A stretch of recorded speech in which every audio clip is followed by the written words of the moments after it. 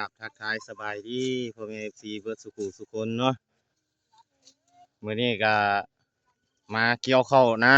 ของบ่าวพรเองเนาะจ้างคนเด้แล้วก็ใช้เฮือนเกี่ยวเด้เนาะเกี่ยวมาได้หน่อยนึงแล้วพี่น้องเลยไปบ่าวพรพาเลาะเบิ่งเนาะเดี๋ยวเนาะพ่อแม่พี่น้องอ่าอันนี้ก็ไอ้เคยเนาะ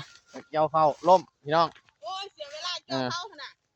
อ่าไอ้เอื้อยกับห้องมาใส่โอ้ยเสียเวลาเกี่ยวข้าวลงคลิปหน่อยนึงเนาะ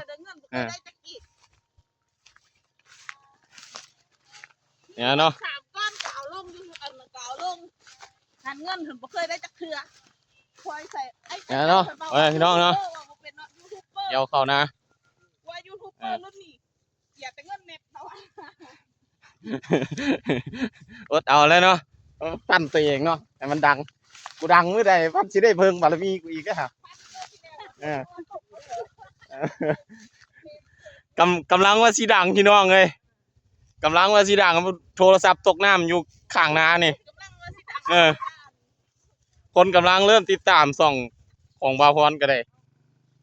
โทรศัพท์มันไปตกน้ำก่อนยังว่าพี่น้องเนี่ยเอ้ยก็เว้าใส่อันนี้เนี่ยเนาะจ้างคนมาได้4 คนแล้วก็ไทยเฮือนเนี่ยเนาะนุ่งเสื้อสีฟ้าพุ่นแหละเอ้ยกกแม่ผู้ที่3พี่น้องเลย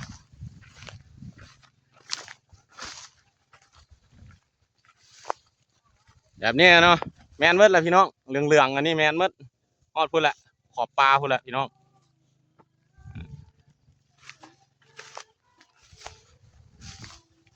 แบบนี้แหละเนาะพี่น้องเนาะ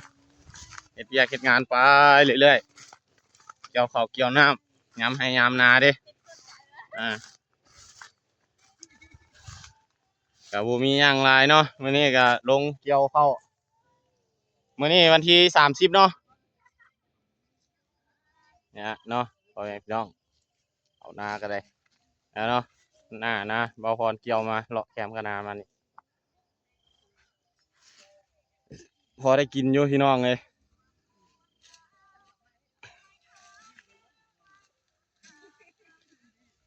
นะเนาะ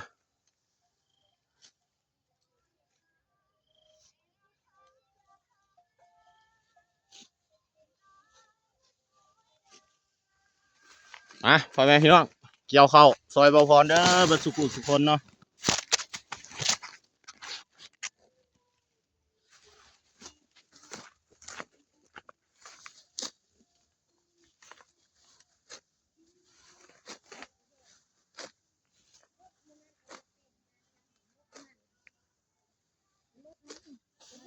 แบบนี้แหละพี่น้องเลยงามให้งามนาเกี่ยวข้าวเกี่ยวน้ำอย่างนี้แหละ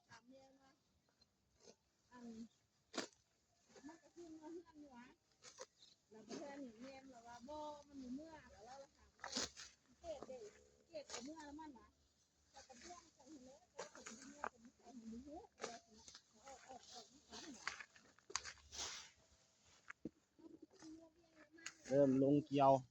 วันนี้เนาะวันที่30พี่น้องเลยเริ่มลงเกี่ยวแล้ว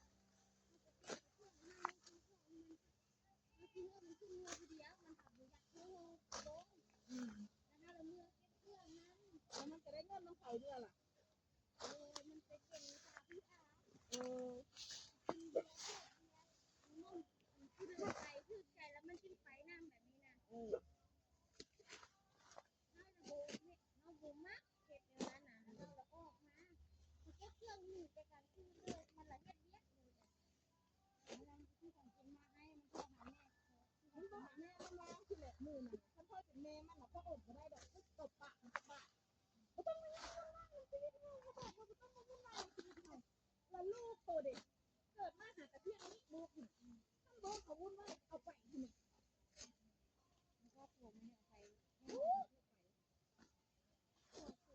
เขาวุ่นวายตัวเอาไปเลยลูกตัวมาที่พวกเราเลี้ยงให้เดินจักนุ่มจักแหลมเด็ก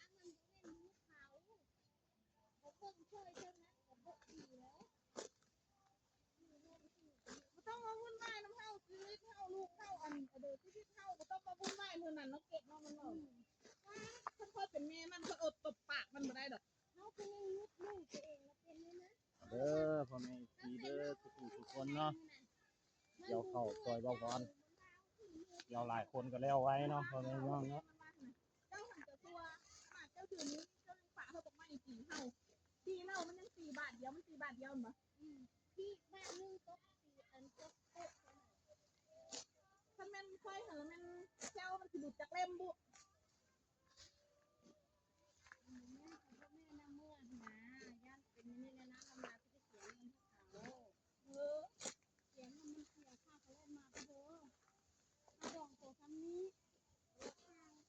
บอมันเบาน้ำเมมันแต่มันเบาบ่ถึกมันเบาบ่ต้องมาวุ่นวายน้ำชีวิตมันหนะ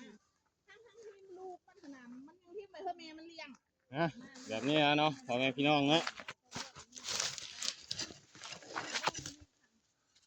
บอกบ่ได้เลยครับเป็นเรื่อง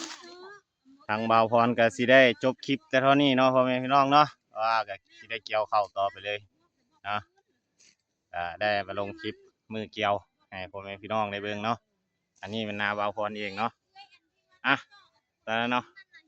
ก็สิได้จบคลิปแต่เท่านี้เนาะพ่อแม่พี่น้องเนาะสบายดี